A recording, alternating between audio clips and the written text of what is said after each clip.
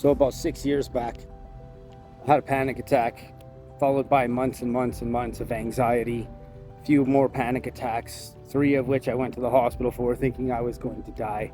First one was the scariest. Now, why is that relevant? Because that's the time that I realized that the life I was living was not the life that I actually wanted to live.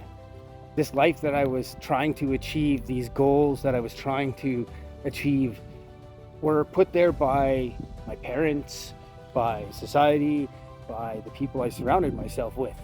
I never wanted these particular things in my life, but I did have kids, so I had to go to work and make money, and as much as possible, so that I could provide the life for them. Well, through all of that, I lost everything about who I was and what I wanted. And when I had my panic attack and thought I was going to die in the middle of nowhere on a job site, never seeing my wife and my kids again, it kind of shook me up a little bit. And I started deep diving into how to stop having panic attacks and anxiety. And I did that very successfully. I still experience them today, but nowhere near what I used to. That took months and months and months and years of developing different habits, different routines to manage that. And as I went through this journey, I started learning a lot more about the human body. And the one thing that finally set me free was hearing the word neuroplasticity. The understanding that the brain does not stop growing, and you can continue to develop and build brain connections through learning and skills. And if you're actively pursuing skills, then you are making progress. And progress equals happiness. Happiness reduces anxiety, reduces stress, and reduces panic. So not only did I manage to get out of these situations I was in, and the feelings that I was feeling, and the things that my body was going through, I also found an avenue to completely change my perspective on what is possible in life. So that is what I've been doing for the last 6 years.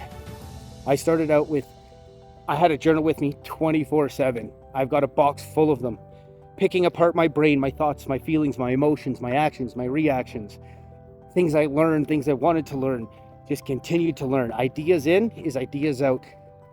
And that's all I did, was continue to look for those ideas and develop my own ideas, my own practices, until now today. I don't have to carry a journal around everywhere. I don't have to, keep track of my habits and my routines. I know what I'm doing, and I also know what I'm not doing, which, regardless of how far you get and all the things that you do learn, you are going to get to a point where there's a bunch of things that you should do that maybe you're not quite doing. And this is something I had to learn as well, and develop the understanding that that's okay as well.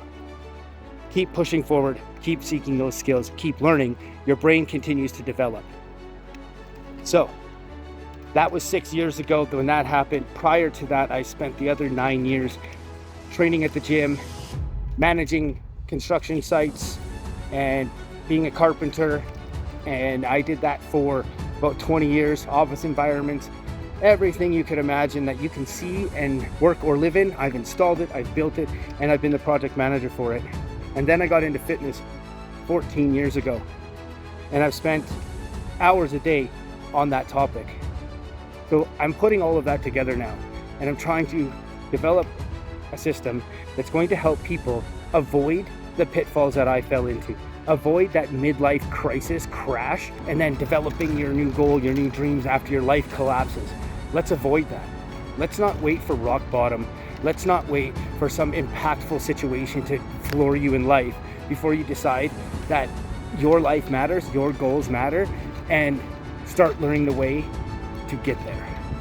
So we're developing those methods, and this all came from that situation. Once I look back through my life, and you can see it through all my journals, it took a lot of digging into my past, my childhood, and all of the experiences that I went through, and why I went through them, and the decisions I made, and the choices I made, and the responsibilities I didn't take to create the life that I wanted. So I'm putting it together, trying to help people out here. There's a little bit of my story. It's kind of how we ended up here. Stay tuned. I'll keep filling you guys in, and some of the things that I've been through in life, some of the challenges that I've been through, just so you can understand that I've come pretty far considering where I was and where I've been, and I'm not stopping anytime soon. I can do it, you can do it, we can do it together.